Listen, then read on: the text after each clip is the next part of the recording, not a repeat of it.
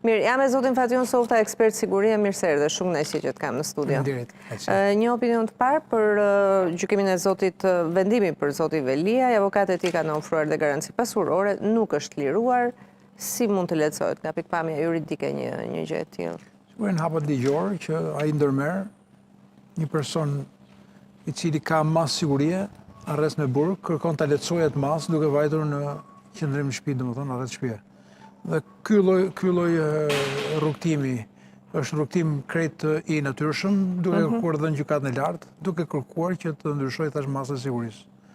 Por me sa duket, masa e sigurisë e dhënë nga gjykata me kërkesë të prokurorisë është e lidhur dhe me faktin që ai është aktualisht kryetari i bashkisë në detyrë, pavarësisht se është në kushtet e një izolimi, ai vazhdon ta ushtrojë dhe ta ketë atë, pra aq kohë sa ai nuk ka dhënë dorëheqjen ose është larguar.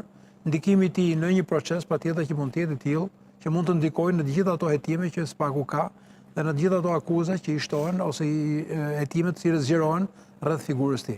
E qartë, një situatë e tillë, ai është kryetar bashkie pavarësisht se ka deleguar firmën apo vendimarrjen në krye Shanuel Aristani, ndodhet në një situatë të tillë. Ka ndonjë interpretim politik, është një ngërç ky pozicionesh, le të themi, nga njëra anë është i dënuar i pandehur, ndjes jo i dënuar, nga ana tjetër vazhdon të jetë kryetar bashkie, i rrëzohet kërkesa qoftë për garanci pasurore, akuzat ndaj tij janë ato për shpërdorim detyre, akuzohet dhe për një apartament tjetër, tani një akuzë bashkangjitur.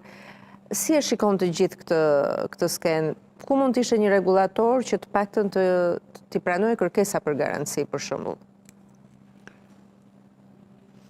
Në momenti që ai është në këtë hetim, thash pozicioni i tij si kryetar bashkie, pavarësisht se ka një person që e zëvendëson dhe është zëvendësuesi, vazhdon të jetë një funksion i cili është shumë i rëndësishëm dhe akuzat apo hetimet që bëhen ndaj tij lidhen pikërisht me funksionin.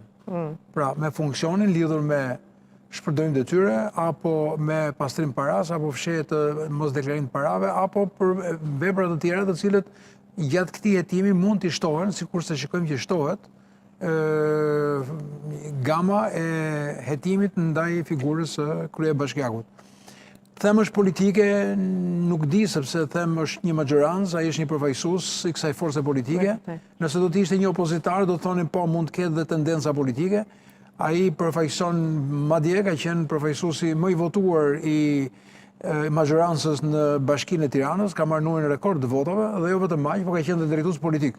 Zëvendësimi i tij gradual, duke u spostuar si drejtues politik, dukesh si një lëshim i figurës tij dhe tashmë jemi në një pozicion që nuk mund ta interpretoj dhe nuk besoj se ka vend për interpretim politik. E kuptoj.